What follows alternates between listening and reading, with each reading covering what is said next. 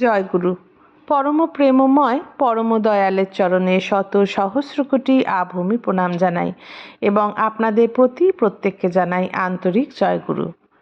দীর্ঘদিন কিছু সাংসারিক এবং ব্যক্তিগত কারণে প্রচণ্ডভাবে ব্যস্ত থাকায় কোনো ভিডিও আমার ছাড়া হয়নি। অনেক দিন বাদে আজকে খুব গীতা সম্বন্ধে আলোচনা করার ইচ্ছা হচ্ছে, তাই গীতা সম্বন্ধে দু এক কথা একটু আলোচনা করছি। ভগবদ্গীতার আরেক নাম গীত উপনিষদ। এটি বৈদিক দর্শনের সারমর্ম। তাহলে আমাদের বৈদিক দর্শনের সারমর্ম হচ্ছে ভগবদ্গীতা, এবং বৈদিক সাহিত্যের এটি একটি অন্যতম শ্রেষ্ঠ উপনিষদ। ভগবদ্গীতাতেই ভগবদ্গীতার মূল ভাবটি ব্যক্ত হয়েছে। এটি ঠিক এই রকম, ওষুধ সেবন করার সময় আমরা আমাদের ইচ্ছা মতো বা খেয়াল খুশি মতো সেই ঔষধ নিতে পারি না। ডাক্তারের নির্দেশ বা ওষুধের শিশিতে দেওয়া নির্দেশই আমরা অনুসরণ করি। তেমনি ভগবদ্গীতাকেও গ্রহণ করতে হবে ঠিক যেভাবে তার বক্তা তাকে গ্রহণ করার নির্দেশ দিয়েছেন। ভগবদ্গীতাকে আমরা যেমন তেমনভাবে গ্রহণ করতে পারি না। বক্তা যেভাবে এই ভগবদ্গীতাকে গ্রহণ করার নির্দেশ দিয়েছেন সেইভাবেই আমাদের এই গীতাকে গ্রহণ করতে হবে। ভগবদ্গীতার বক্তা কে? ভগবদ্গীতার বক্তা স্বয়ং ভগবান শ্রীকৃষ্ণ। ভগবদ্গীতার প্রতিটি পৃষ্ঠায় শ্রীকৃষ্ণকে পরমেশ্বর ভগবান বলে উল্লেখ করা হয়েছে। এখানে ভগবান অর্জুনকে বলেছেন যে এই যোগ ভগবদ্গীতা প্রথমে তিনি সূর্যদেবকে বলেন। তাহলে শ্রীকৃষ্ণ প্রথমে কাকে বলেন? ভগবদ্গীতা যোগের কথা প্রথমেই বলেছিলেন সূর্যদেবকে। সূর্যদেব তা বলে মনুকে, মনু ইক্ষ্বাকুকে। এইভাবে গুরু পরম্পরাক্রমে গুরুদেব হতে শিষ্যতে এই জ্ঞান ধারাবাহিকভাবে প্রবাহিত হয়ে আসছিল। তাহলে ভগবদ্গীতার সারমর্ম, ভগবদ্গীতার যোগ শ্রীকৃষ্ণ প্রথম কাকে দান করেছিলেন? প্রথম দান করেছিলেন সূর্যদেবকে।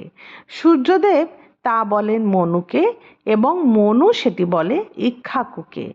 এইভাবেই গুরু পরম্পরাক্রমে গুরুদেব থেকে শিষ্যতে এই জ্ঞান ধারাবাহিকভাবে প্রবাহিত হয়ে আসছিল। কিন্তু একসময় এই পরম্পরা ছিন্ন হয়ে যাওয়ার ফলে আমরা এই জ্ঞান হারিয়ে ফেলেছিলাম। তাই ভগবান কুরুক্ষেত্রের রণাঙ্গনে নিজে এসে আবার সেই জ্ঞান অর্জুনকে দান করলেন। তিনি অর্জুনকে বললেন, তুমি আমার ভক্ত ও সখা, তাই রহস্যাবৃত এই পরম জ্ঞান আমি তোমাকে দান করছি। এই কথার তাৎপর্য এই যে ভগবদ্গীতার জ্ঞান কেবল ভগবানের ভক্তরাই আহরণ করতে পারে। অধ্যাত্মবাদীদের সাধারণত তিনটি শ্রেণীতে ভাগ করা যায়: জ্ঞানী, যোগী এবং ভক্ত। তাহলে অর্জুনকে শ্রীকৃষ্ণ কি বলেছিলেন? অর্জুনকে শ্রীকৃষ্ণ বলেছিলেন, তুমি আমার ভক্ত ও সখা, তাই রহস্যাবৃত এই পরম জ্ঞান আমি তোমাকে দান করছি। এই কথার থেকে আমরা কি বুঝতে পারি? এই কথার তাৎপর্য এই যে ভগবদ্গীতার জ্ঞান কেবল ভগবানের ভক্তরাই আহরণ করতে পারে। ভগবদ্গীতার সারমর্ম কিন্তু সবাই আহরণ করতে পারবে না এবং ভগবদ্গীতা পাঠ করে আনন্দও পাবে না। কারা আনন্দ পাবে এবং কারা ভগবদ্গীতার সারমর্ম অনুভব করতে পারবে? কেবল ভগবানের ভক্তরাই এর স্বাদ আহরণ করতে পারবে। ভগবানের ভক্তদের, অধ্যাত্মবাদীদের সাধারণত তিনটি শ্রেণীতে ভাগ করা যায়: জ্ঞানী, যোগী এবং ভক্ত। এখানে ভগবান স্পষ্টভাবে অর্জুনকে বলেছেন, পূর্বের পরম্পরা নষ্ট হয়ে যাওয়ার ফলে তিনি তাকে দিয়ে পুনরায় সেই পুরাতন যোগের প্রচার করলেন। পূর্বের পরম্পরা নষ্ট হয়ে গেছিল। এই যে ভগবান শ্রীকৃষ্ণ বলেছিলেন এই জ্ঞান তিনি প্রথম সূর্যদেবকে দিয়েছিলেন। সূর্যদেব তা বলেছিলেন মনুকে, এবং মনু ইক্ষ্বাকুকে। এইভাবে পরম্পরাক্রমে গুরু থেকে শিষ্যতে এই জ্ঞান চলে আসছিল, কিন্তু মাঝখানে এটি বিচ্ছিন্ন হয়ে যায়। বিচ্ছিন্ন হয়ে যাওয়ার ফলেই, পূর্বের পরম্পরা নষ্ট হয়ে যাওয়ার ফলেই তিনি তাকে দিয়ে, মানে অর্জুনকে দিয়ে, পুনরায় সেই পুরাতন যোগের প্রচার করলেন। তিনি চেয়েছিলেন যে অর্জুন এই জ্ঞানকে যথাযথভাবে উপলব্ধি করে নতুনভাবে তার প্রচার করবেন। শ্রীকৃষ্ণ চেয়েছিলেন যে অর্জুন এই জ্ঞানকে, মানে ভগবদ্গীতার এই জ্ঞানকে যথাযথভাবে উপলব্ধি করবেন এবং নতুনভাবে সেটি প্রচার করবেন। আর এই কাজের জন্য তিনি অর্জুনকেই কেবল মনোনীত করেছিলেন, কারণ অর্জুন ছিলেন তার ভক্ত, তার অন্তরঙ্গ সখা এবং তার প্রিয় শিষ্য। অর্জুনকে ভগবান শ্রীকৃষ্ণ কেন মনোনীত করেছিলেন? না, অর্জুন ছিলেন তার পরম ভক্ত, তার অন্তরঙ্গ সখা ও তার প্রিয় শিষ্য। তাই ভগবানের ভক্ত না হলে, অর্থাৎ ভক্তি ও ভালোবাসার মাধ্যমে তার অন্তরঙ্গ সান্নিধ্যে না এলে ভগবানের মাহাত্ম্য উপলব্ধি করতে পারা সম্ভব নয়।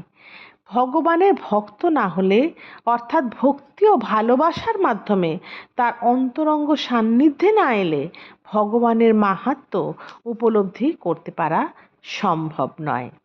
তাই অর্জুনের গুণে গুণান্বিত মানুষেরাই কেবল ভগবদ্গীতাকে যথাযথভাবে উপলব্ধি করতে পারে। প্রসঙ্গক্রমে একটি কথা বলছি। পরম প্রেমময় শ্রী শ্রী ঠাকুরের এখন লক্ষ লক্ষ শিষ্য। একদিন শ্রী শ্রী ঠাকুর জীবিত থাকাকালীন একজন এসে শ্রী শ্রী ঠাকুরকে প্রশ্ন করেছিলেন, আপনার যে এত শিষ্য, এতজন আপনাকে মাথায় নিয়ে রাখে, আপনি সবাইকে আশ্রয় দেন, আপনার আয় কি? ঠাকুর বলেছিলেন, আমার আয় মানুষ। আর আপনার ব্যয়? আমার ব্যয় ভালোবাসা। ভালোবাসা দিয়েই মানুষ কিন্তু মানুষকে জয় করতে পারে। আমাদের জীবনের প্রধান সম্পদ, প্রধান অস্ত্রই হচ্ছে ভালোবাসা। ভালোবাসার মাধ্যমে সব কিছুকেই জয় করা যায়। সেই ভালোবাসার কথা এখানেও উল্লেখিত হয়েছে। এই যে এখানে বলা হয়েছে, ভগবানের ভক্ত না হলে, অর্থাৎ ভক্তি ও ভালোবাসার মাধ্যমে তার অন্তরঙ্গ সান্নিধ্যে না এলে ভগবানের মাহাত্ম্য উপলব্ধি করতে পারাই সম্ভব নয়। তাই আমাদের প্রধান এবং প্রথম কর্তব্যই হচ্ছে ভগবানকে ভালোবাসা। কিসে ভগবান তৃপ্ত হবেন, কিসে তিনি সুখী হবেন, সেইভাবেই আমি আমার সমগ্র জীবনকে, আমার জীবনের কার্যপ্রণালীকে যদি নিয়ন্ত্রণ করতে পারি, তবেই কিন্তু আমরা তাকে ভালোবাসতে পারি। সেই ভালোবাসার কথাই এখানে বলা হয়েছে। তাই অর্জুনের গুণে গুণান্বিত মানুষেরাই কেবল, যাদের অর্জুনের মতো ভক্তি ভালোবাসা আছে, তারাই কেবল ভগবদ্গীতাকে যথাযথভাবে উপলব্ধি করতে পারেন। ভক্তির মাধ্যমে ভক্তের সঙ্গে ভগবানের প্রত্যক্ষ সম্পর্ক গড়ে ওঠে। যখন কেউ ভগবদ ভক্তে পরিণত হন, তখন তার ভগবানের সঙ্গে একটি প্রত্যক্ষ সম্পর্ক তৈরি হয়। এই সম্পর্কের ব্যাখ্যা করতে গেলে অনেক বিস্তৃত আলোচনা করতে হয়। তবে সংক্ষেপে বলা যায় যে ভগবান ভক্তের সঙ্গে নিম্নলিখিত 5টি সম্পর্কের যে কোনো একটির সঙ্গে যুক্ত থাকেন। গীতাতে কি বলা হয়েছে? কি কি সম্পর্কের দ্বারা ভক্ত ভগবানের সঙ্গে যুক্ত থাকেন? 1 নম্বর হচ্ছে, কেউ নিষ্ক্রিয়ভাবে ভক্ত হতে পারেন, এটিকে বলা হয় শান্ত ভাব। কেউ সক্রিয়ভাবে যুক্ত হতে পারেন, এটিকে বলা হয় দাস্য ভাব। কেউ বন্ধুভাবে ভক্ত হতে পারেন, এটাকে বলা হয় সখ্য ভাব।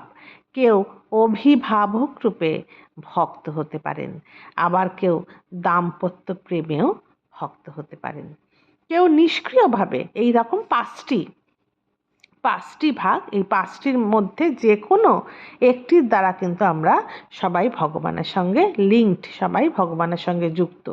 কেউ নিষ্ক্রিয়ভাবে ভক্ত হতে পারেন। ভগবানকে যারা সারাদিন স্মরণ মনন করেন, নাম ধ্যানেই সারাদিন ব্যস্ত থাকেন, শান্তভাবে জীবনযাপন করেন, সেটি হচ্ছে শান্ত ভাব। কেউ সক্রিয়ভাবে ভক্ত হতে পারেন। কোনো কোনো ভক্ত খুব সক্রিয়, ভগবানের মত প্রচার করার জন্য তারা অনেক কিছু মন্দির মসজিদ করেন, ভগবানকে যাতে সবাই বুঝতে পারে, অনুভব করতে পারে, তার প্রচারের জন্য অনেক রকম কার্যে ব্যপ্ত হন। সেটি হচ্ছে সক্রিয়ভাবে ভগবানের সাথে যুক্ত থাকা। যেমন দাস্য, এটাকে বলা হয় দাস্য ভাব। কেউ বন্ধুভাবে ভক্ত হতে পারেন, সেটিকে বলা হয় সখ্য ভাব। যেমন অর্জুন শ্রীকৃষ্ণের সঙ্গে সখা সম্পর্ক ছিল, সেটি হচ্ছে সখ্য ভাব। কেউ অভিভাবক রূপে ভক্ত হতে পারেন, এটিকে বলা হয় বাৎসল্য ভাব। কৃষ্ণকে কেউ কেউ গোপাল রূপে পুজো করেন। নিজের সন্তানকে মা যেমন ভালোবাসে, সেই রকম শ্রীকৃষ্ণকে বাৎসল্যভাবে অনেকে প্রেম করেন, নিজের সন্তানের মতো ভালোবাসেন, সেটি হচ্ছে বাৎসল্য ভাব। সকালবেলায় উঠে শ্রীকৃষ্ণকে জাগানো, তাকে স্নান করানো, 3 বেলা খেতে দেওয়া, তার নাম কীর্তন করা, এরমভাবে গোপাল রূপে, বালক রূপে অনেকে শ্রীকৃষ্ণকে পূজা করেন, সেটি হচ্ছে বাৎসল্য ভাব। আরেকটি শেষেরটি হচ্ছে কেউ দাম্পত্য প্রেমেও ভক্ত হতে পারেন, সেটি হচ্ছে মাধুর্য ভাব। যেমন রাধা এবং বৃন্দাবনের সমস্ত সখীরা মাধুর্য প্রেমে শ্রীকৃষ্ণের প্রতি ভক্তি সম্পন্না ছিলেন। এই 5টি ভাগের মধ্যে যে কোনো একটি ভাগের দ্বারা কিন্তু ভগবানের সঙ্গে আমরা সবাই যুক্ত থাকতে পারি। আজ আলোচনা এতটুকুই থাক। জয় গুরু। বন্দে পুরুষোত্তম।